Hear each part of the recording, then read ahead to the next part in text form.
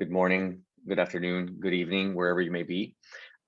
Today, we are holding a webinar between Lingble, China Luxury Advisors, Ykone, and Mobile Now to discuss essentially one of the most exciting markets for e-commerce in the world, but at the same time, one of the most misunderstood and challenging markets of e-commerce in the world, which is China. And really, the webinar's main aim is to just allow people that are thinking about a China entry in particular through e-commerce to be able to kind of understand a little bit more the market, understand what kinds of myths they're going to be hearing about, and the things that they need to really be looking after when they're thinking about going into China.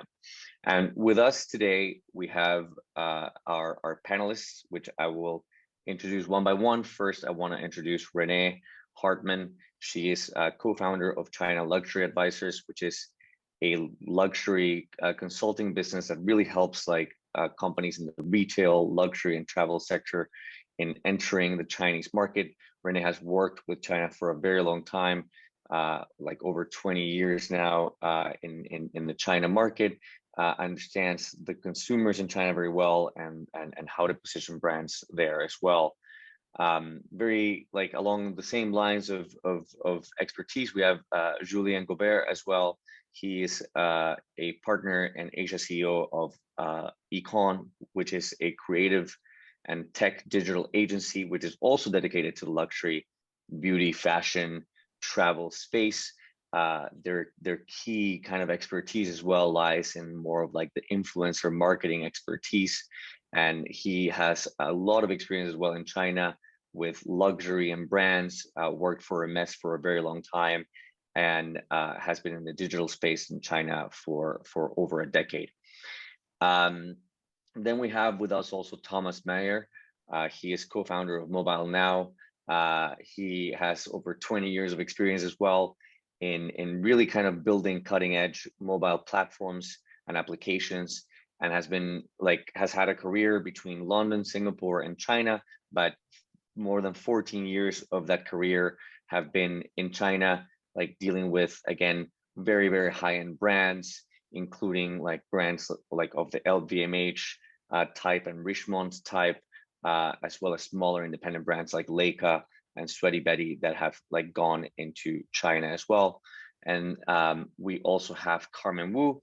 Carmen right now is a marketing consultant at Lingble, and she also has an incredible background that is like a combination of international brands like Zara, Ogilvy, L'Oreal, Ralph Lauren, and those brands, and how they've actually like decided to target and enter the Chinese market with expertise essentially in both e-commerce and marketing. And then you have me, which co-founder and COO of Lingble, also with a lot of experience in China entry, but I will be here really to moderate this panel and make sure that you're getting what you need to get out of this conversation.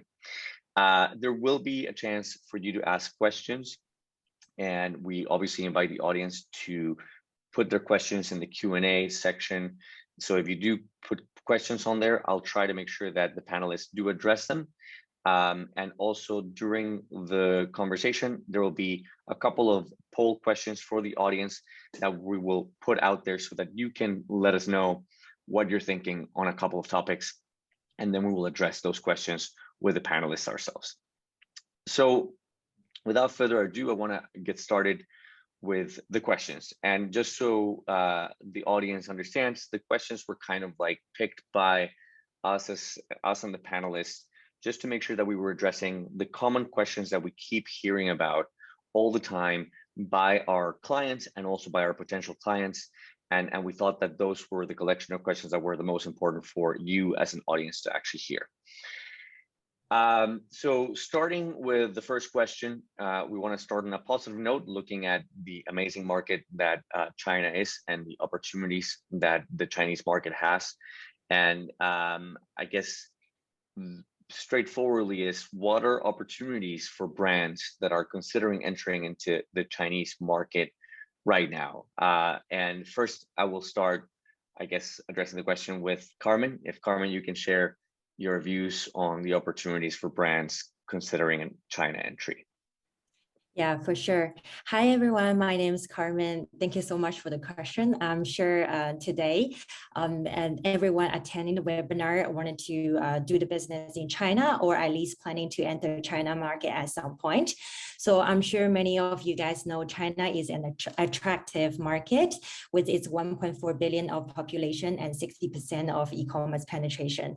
But also we all know China is not an easy country to do business, mainly because of its complication, ambiguity, and also its unique bureaucracy. So in addition to that, I'm sure you're all aware that China is experiencing the second largest wave since 2020 COVID, and that it involves many major city lockdown in China, such as Shanghai, where is the financial hub, and also Shenzhen is the trade center. So with that happening, China is going to reshape its business landscape after 2 years of quietness. And the year will be disruptive, especially to the most vulnerable small, medium enterprises who's financially fragile and also without much alternatives. However, I'm the one who always believe when there is a challenge and then there is an opportunity. So I think when the Chinese citizens are being pushed to the edge, like small business are going to die out drastically. With that background, it's going to create an empty space in between supply and also demand. Then for the brand who is ready for the gain, or at least has the thorough thinking to fill that gap, you will benefit from the first mover advantage. And I think it's an interesting way of looking at the market as well. There's an opportunity there for brands also to relearn and refresh the way that they look at content, which is something that's a lot more advanced in China, as Julian was actually like saying. So it is a different market in that respect, and I think it challenges companies to upgrade their game in order to be able to become competitive in a market that demands a lot more on the digital space than in many other countries. So I think opportunities are one thing, and there's a lot obviously to learn in the market. One of the things that we tend to see as well for China is that there's a lot of different myths that go around, and really by myths we talk about misinformation, and unfortunately that misinformation is also spread by players within the market itself, because it's kind of like self-serving misinformation. And so we did want to kind of like address that head on with the panelists. And for this particular question, I want to really ask Renee and Julian as well, and I'll start with Renee about really kind of like, what are the most, in your view, the most common myths and fears that you need to kind of dispel about the Chinese market that you hear often on your end? Yeah, I mean, I think it's a good question. There's a lot, right? And I think those change over time. And I think the last couple of years, it's gotten even a little bit more complicated, right? So, so I think, probably the biggest misconception and kind of myth we see from brands is that, the political landscape is going to really drive consumer demand. So we get, I'm based in America, and we get a lot of questions about, hey, political tensions are ratcheting up between the two countries. Is there a backlash against being an American brand? Is there a backlash against foreign brands? We are seeing a big increase in nationalism in China and a big rise of national brands like the Guoqiao trend, where people are really looking for heritage brands and interesting brands. But at the same time, it doesn't mean that people don't like American brands anymore. It doesn't mean they don't like foreign brands. So we haven't seen, I mean, with the caveat that there are every once in a while some political flare-ups that happen with a specific brand, unless you've, entered into this kind of, no man's zone, and there's a couple hot button issues in China you can't touch. But as long as you don't do that, we really haven't seen a major impact of the political tensions onto the consumer demand for these brands. So it's not a stigma to be a foreign brand. It's not a stigma to be an American brand. People are still looking for these brands. They're still hungry for new, and actually one of the things that we're really seeing now is a hunger for new niche brands that haven't been in the China market before. So people still want to explore. They still want to, have this overseas experience and brands. So I'd say that's something that people, I think I hear from brands like, oh, maybe it's not a good time to go into China now because we're American. It's not the case. I think that is absolutely not the case anymore.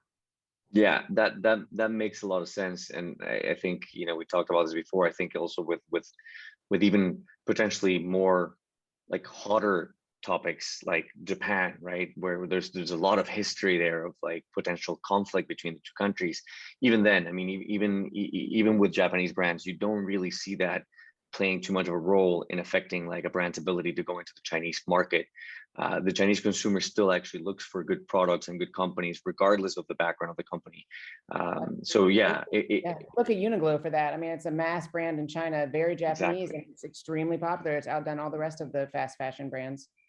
Exactly.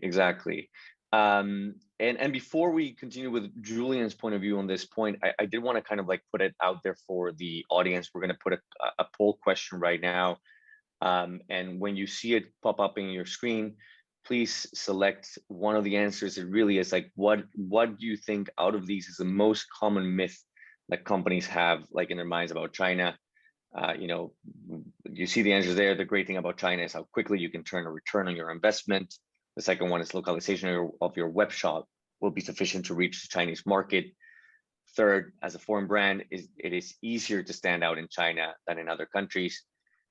Then the next one is duplicating your local marketing strategy in China will lead to success. And the last one is Chinese consumers are less demanding than their Western counterparts.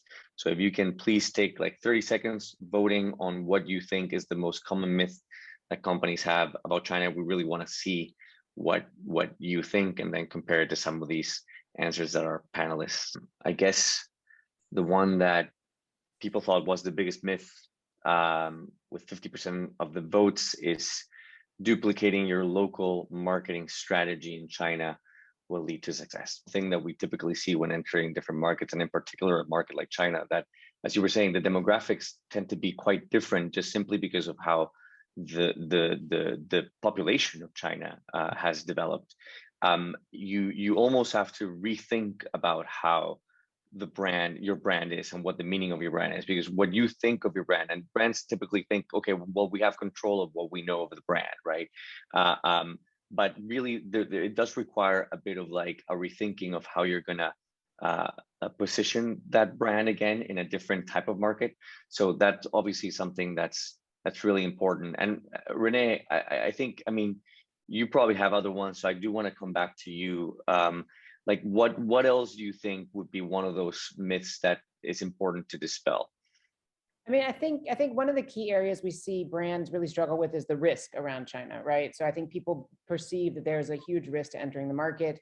And that can include, everything from, starting your own entity to who do you partner with, right? And there are some risks associated with that. And there's certainly a lot of, cost and trade-offs around each one of them. And I think that, lately we've seen people, I think, get kind of scared off on the market and say, it's too risky. I don't want to do it right now. It's just too much. And I think that's, one thing we've really seen change in the last couple of years, especially with COVID and people aren't able to travel anymore. I mean, I think one of the huge changes that's happened in the market is it used to be, 2/3 of China's luxury purchases happen outside of China. Those are now back inside of China.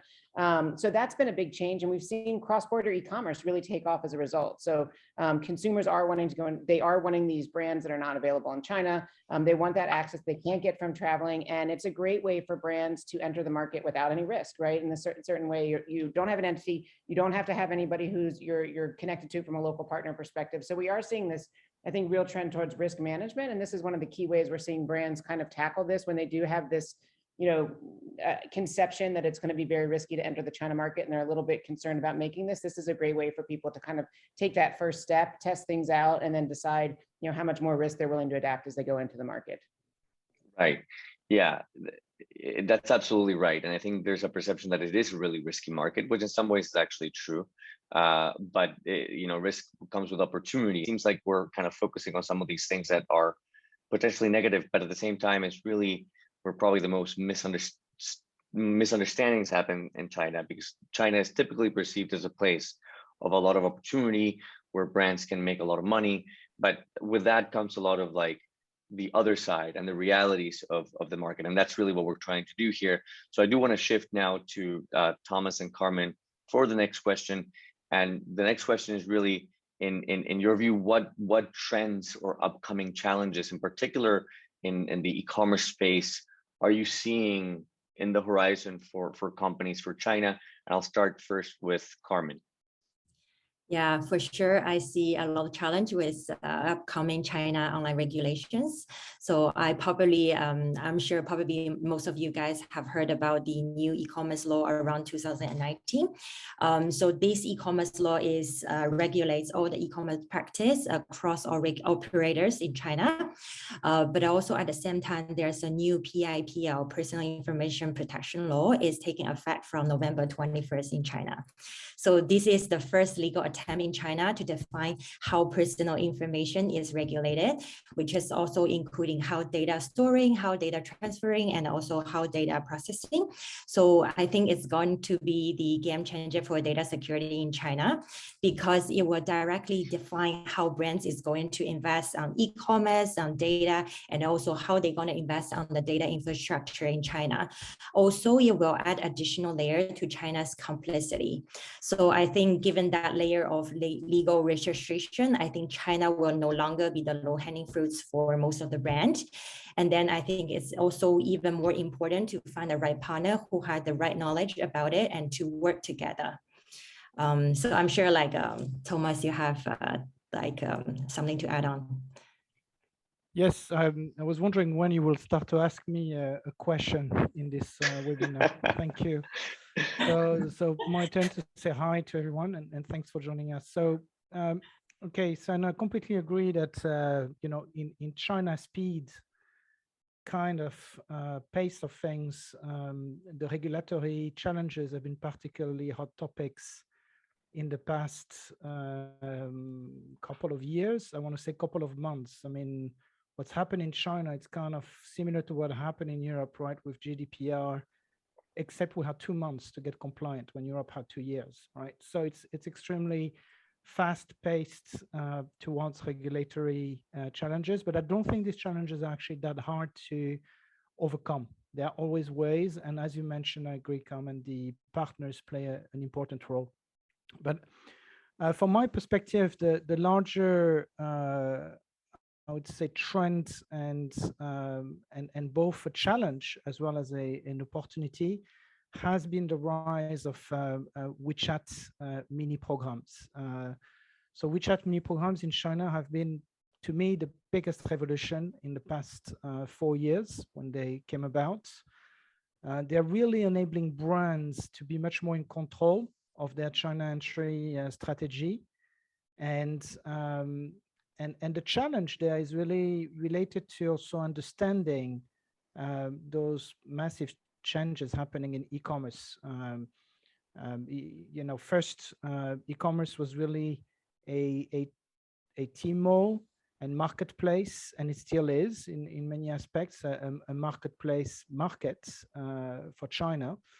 But really, in the past 4 years, what's happened with WeChat, it's reopened the whole D2C opportunities, the direct-to-consumer opportunity, and about 4 years ago, WeChat mini programs were still very niche e-commerce strategies, very marketing focused, limited edition products, and maybe short time spent. But really today, it's totally different. WeChat mini programs, they are just like full feature websites or full feature native apps. As we know, the internet outside of China, and they can do even more and in those websites and native apps because they sit on top of WeChat, a super app with live chat, with payments, with many data opportunities. And this is completely reshifting this power play between marketplaces like Tmall, JD, or Jingdong.com, VIP, and others, and on the other camp, owned e-commerce, online CRM, innovative services, which in China are happening through WeChat mini programs. So that's one I think point I wanted to add, Alejandro. Yeah, no, I think that's something that when you go to kind of like the basics of China as an e-commerce market, you look at the .com and you kind of all of a sudden forget that the .com even exists almost, because it's been so driven by marketplaces and other channels that are not the rest of the world's at, like they're not used to it. And I think right now there still remains in the minds of a lot of people, including companies, that perhaps going first with a marketplace strategy in China is the way to go. But the reality is that those channels have become so competitive and so evolved that for smaller companies that are trying to enter the Chinese market, they actually get swallowed in there, and they don't see the light of day. And they're very difficult places to gain traction and to gain like a following when you have so much competition. I mean, it's a little bit like the Farfetch effect, right? Like when it comes to like fashion in Farfetch. I mean, Farfetch is going to highlight the big brands and they're going to be up there, but the smaller brands now, they don't get accepted into Farfetch, or they don't get highlighted by Farfetch. So it's very difficult, and that's what's happening with places like Tmall. So having the WeChat Mini program as more of that like unique self driven place where you're not competing against others and you can develop a cult following or a small following and a small community, it becomes really actually key for e-commerce in China, since they don't have a .com. And so I think that's actually like a really good point. But of course, and this is something maybe that to switching back to Carmen, I mean, like it's not easy. And like, what are your thoughts then, Carmen, on obviously like building perhaps that WeChat Mini program strategy as well?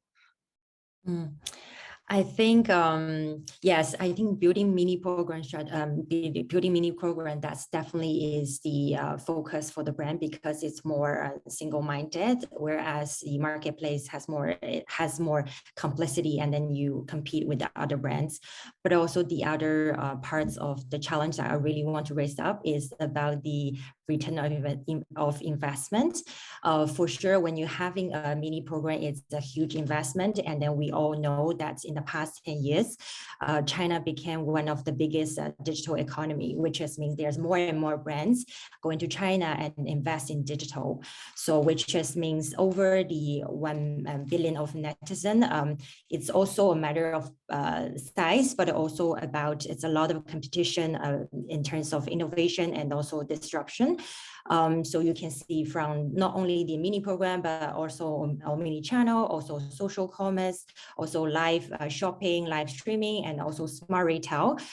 So the country is really developing a lot of China first initiatives across the globe.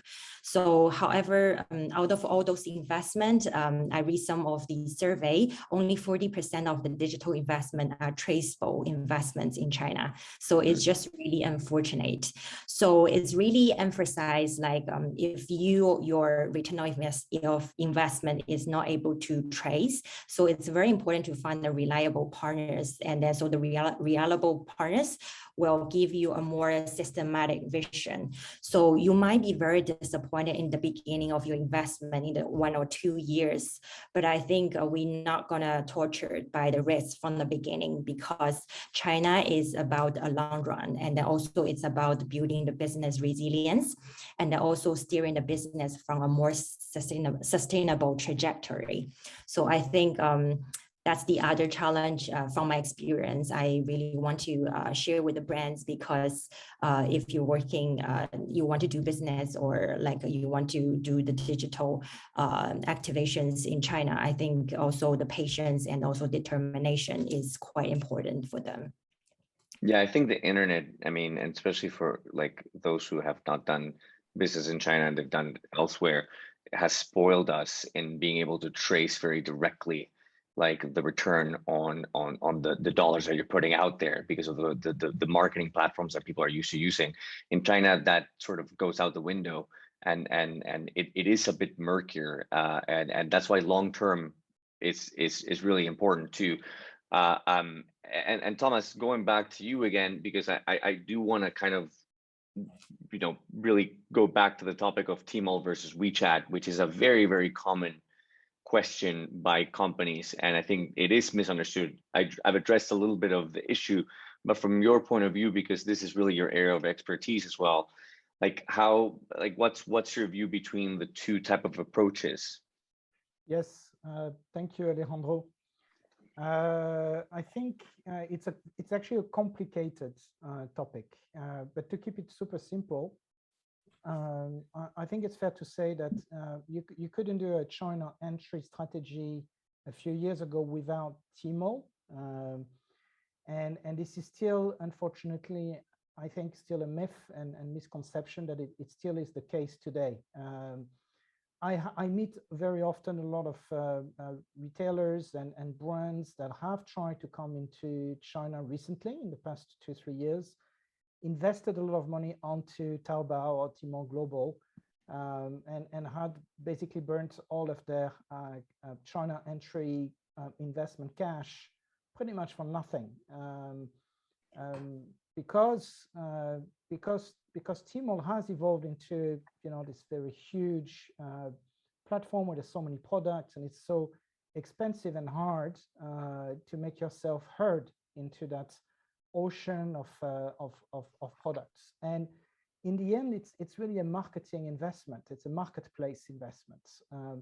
So when you compare what WeChat mini programs represents today in terms of return of investments, as Carmen was mentioning, in terms of return on investment, I think no doubt that WeChat mini programs are the better bets. I mean, one, it's cheaper actually than setting up your Tmall store.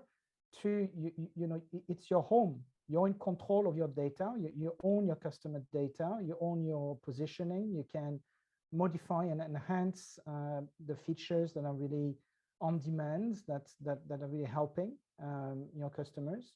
And it's the right approach, I think, to really even build a bridge for your next step. So after a cross-border China entry, which I think is after a WeChat mini program cross-border commerce entry strategy for China, sorry, I think that once you've done that, you have the perfect bridge to then build your bridge to more omni-channel WeChat commerce when you're ready to open your first store in China, which hopefully is what you want to be able to achieve and to do, because you will own this customer base that you've built in the first place, and you'll have this this home you will be able to continue to develop for your brands. So I think it really starts with cross-border, and that I agree with Carmen. It really comes with the challenges of working with knowledgeable partners on the ground, and then eventually it's important to understand that it will evolve with more complete omni-channel O2O strategies. In China is really a mono-brand market, right? So that's the way you need to think about China in your long-term approach. And for me, Tmall is the wrong bet today, and WeChat mini programs are the right way to get through. Yeah, I think we tend to agree, and I think we've discussed this amongst many of us before. I think it's a very big misconception, and it's understandable, because I think it comes from a time where that was actually the case, where it was easier to probably go on Tmall first. But I think controlling your own destiny is actually very important in China, and one of the things that, in order to really be successful in Tmall, you already have to have built like a brand, and a good way to build a brand is actually, and build that initial audience is on WeChat. So that's and the other thing, I think, especially because we do have many times clients that are not very big, it also allows you to start in a smaller way on WeChat. Tmall, you kind of have to go bigger, and if you look at and not only because of the marketing investment that's required to even stand out in the platform, but even when you look at Tmall partners or TPs, like the investments required by them and the level of spend that are required by them is a lot higher for them to even pay attention to you. So that's a separate step, and why a lot of companies end up burning a lot of money by going into Tmall and not really achieving a lot there. So WeChat control, brand building, second step. Once you have that, you can move on to like marketplaces like Tmall to be successful. So now I want to throw another poll question to the audience. And the next question is really like, which of the following is not a mistake, or which ones are not mistakes made by companies when entering China. The options there will be focusing on short-term ROI. Second one is joining Tmall as a first step in their China strategy, which I think we've already covered. The third one, putting extra effort on brand value and top of funnel marketing activities. And then last is relying solely on their .com for e-commerce sales. And that's really, so which one is not, which one in your opinion as an audience is not a mistake made by companies entering China? So we'll give people a few seconds. If you can just, you can pick more than one, so check things there. And in a few seconds, we'll just share what people thought may not be the mistakes made by companies when entering China. Like a few seconds more.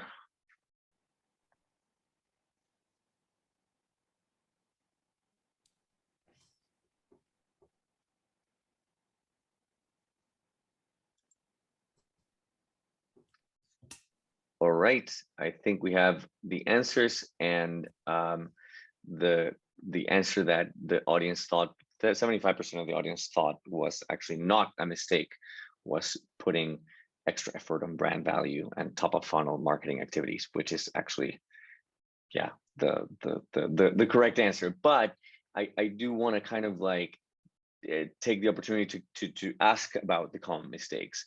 And for this, I'm gonna, be asking Renee first and then Carmen.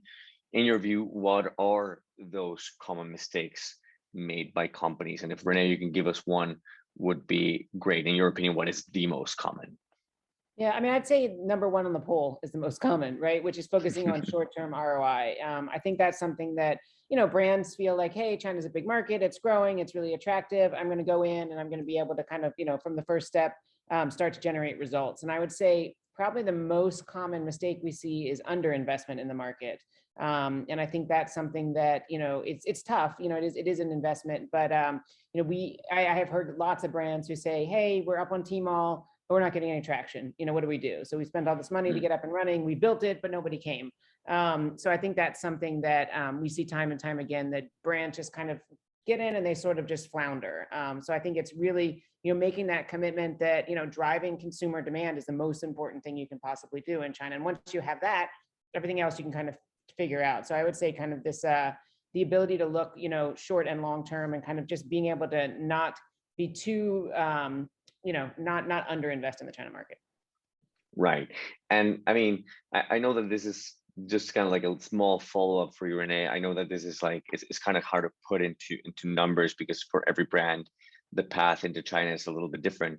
But if you're looking sort of like at an average brand that is perhaps looking to enter into China for the first time, like what would you tell them that they should be looking at in terms of like their timeline for them to be seeing some sort of return on the investment? Yeah, I mean, the standard usually is 3 years, right? But it can be faster than that. I think your average is about 3 years. But, for brands that can, I've seen some brands that are lucky and they have the demand going and they can make a return in year one. But I would say to plan for, at least 2 years, I would say 2 to 3 is probably your average. Great. Thank you for that, Renee. And I guess, speaking again about like this in terms of common mistakes, but also taking into consideration that what Renee was saying about the long-term and short-term plan for brands, Carmen, what's your view in terms of those mistakes made by companies? I think I really agree with Renee. So a lot of mistake I saw through my experience is the company is not super clear about their objective in China. What do they want to achieve? And also how they want to set up their business goal in China. So I know like for the business, usually it's about like getting a higher top line and also achieve better profitabilities for their P&L. But I think it's really important that you have a short and mid and long-term goal that will offer a really clear roadmap over the China's complexities. And also often I see the brands enter China, exit China, and re-enter China again. So I really think it's a waste of money, and then also it's a waste of investment and effort. So I just want to emphasize again that maybe China is really a market that requires a lot of patience and determination. And then also I agree, like usually like some of the brands that really success achieve their goal within 1 year, but usually you take 1 to 3 years to finally establish yourself in the China markets. Yeah, and I think, you know, it's funny because I guess I'm more pessimistic in terms of like ROI, and I think it's because, you know, I guess over deliver, under promise and over deliver, because it's true, because I think you have to be kind of prepared for the worst in China. It's just such a difficult market to predict in terms of how companies will do, that I think it's better to plan for the worst case scenario. And then if you end up doing better, that's great. But I think from the mindset of the planning perspective, from the people who are actually making the decisions of that short, medium, long-term goals, it's almost like you have to really kind of look at the worst case scenario when planning. And if it happens sooner, that's great. That's why, you know, like I tend to tell companies that it takes like easily 3 to 5 years, and that you really should be planning for that and have enough budget for that and have enough of a system there to sustain your brand for 3 to 5 years before you're going to be seeing the returns. And I mean, the beauty of the Chinese market is that when you do see the returns, they're great, but it's just like it requires stamina and it requires a certain degree of patience that in many other markets, you don't have to have that sort of like patience. And it is also true that it's a market plagued with mistakes because it's so different and it's so changing, and it's not only about like the big things of like ROI and planning, which are obviously the biggest mistakes, but then you have to also be ready to be stepping in the wrong like place with small legal issues here and there. You're going to have like, even one of the ones that we handle all the time is the treatment of customers. Customers are really different, and their demands and expectations are actually really, really different. So the way that you even handle your customer care and how you communicate with people and what the expectations are for them, they're like, you will step into like things that you're going to be making mistakes. You have to remain nimble. You have to remain open-minded and actually very flexible in your China approach, and accept that, you know, you're there to learn and adjust as you go. So I think mistakes are part of what it takes to make it in China. Just one quick follow-up on that. About, I think one of the challenges people have is that if you're not patient, the temptation to start discounting is really high, right? Because China can be very promotional, and especially if you're on Tmall or something like that, and you need to start doing live streams, and you do the festivals, and you can get into the slippery slope where you can generate short-term sales from promotions, but long-term, that's not the greatest thing for the brand. So it is hard to balance that. And I think if you start to get more impatient, the temptation is really high to start discounting. It's very, very true, and it's very easy to do. Like it's very easy to ignore the building the base of the brand and the core value of the brand in China, and start getting into just the price competition, which is really not the way to go. Yeah, we always tell people you can't win that competition in China. Pricing is not the way to compete. Out of all countries, that's probably one country where you're never going to win that battle. Yeah. Great. So, and I guess, you know, this is also a very common question that we get, especially as an e-commerce service provider. And I know that, Renee, you also have expertise in this area. The $1 million question for such a different country, how do you handle logistics or like cross-border shipments? I mean, in general, logistics in e-commerce for entering China, what are your thoughts there on what's best to do and think about? Yeah, I mean, I agree. It's a big issue. Just to your point of the customer being very demanding, you know, if your packages are taking 10, 15 days to get there, people start to get impatient. So I think it's really important for brands to do that work up front before they launch, because a lot of carriers can get packages to China. It's not that hard to do. The question is how fast, how much does it cost, how smooth is the process? How is it integrated into your warehousing system, so it's not a totally manual process for your warehouse to do? Is the interface in Chinese or in English? So there's a lot of things to kind of work out up front so that you're able to have a really smooth consumer experience. And it could be anything from shipping direct from your warehouse using a freight forwarder that's in your country. It could be a bonded warehouse that's in a duty-free area in China. There's lots of options, but I would definitely recommend people do that work up front and really have a clear understanding of how long is it going to take to get there, how much does it cost, and how easy is it for the consumer. Those are three key questions. And then benchmark against your competitors to make sure that you're in line with what everybody is. Because every carrier will tell you, yeah, we can do it. It's normal, but make sure that it really is and that you're really getting a good experience. Yeah, I think you do have to kind of strategize your move into China. And I think this is in line actually with what Thomas was also saying about starting cross-border and then getting deeper and deeper into the market. You don't need to, unlike, there's many brands that think that, oh my gosh, we need a warehouse within China to actually do this. And that's actually not true. I mean, the better strategy for doing this is that you have to first prove that you have enough demand before you start taking those more committed steps into the market that are like putting, for example, inventory within its borders. And there's a lot of already very effective cross-border shipping. And you can start simply with the couriers and just making sure that people are getting their products in a reasonable amount of time. Then you can move potentially into a bonded warehouse. Again, you're not paying custom duties until products are moving into the country, or ultimately obviously having inventory on the ground in China. All of these things I think are different steps. And I think there's many times companies end up focusing perhaps too much on margins early on. We tend to tell people, don't focus on margins early on. First focus on making sure that you have the demand, that your brand is getting established. And then there's time to actually start cutting costs and making sure that your margins are better. So it's okay to be a bit more, I guess, less cost effective at the beginning with your cross-border shipping, with paying your DHL or paying your FedEx, and then start seeing, okay, how do we get closer and how do we start reducing those costs? And ultimately, what you were saying, Renee, is the Chinese customer sometimes is extremely impatient, and so how do we shorten that period of time in which the customer can actually get the products, and that can be either a last mile approach of speed, or just ultimately having products on the ground closer to the consumer.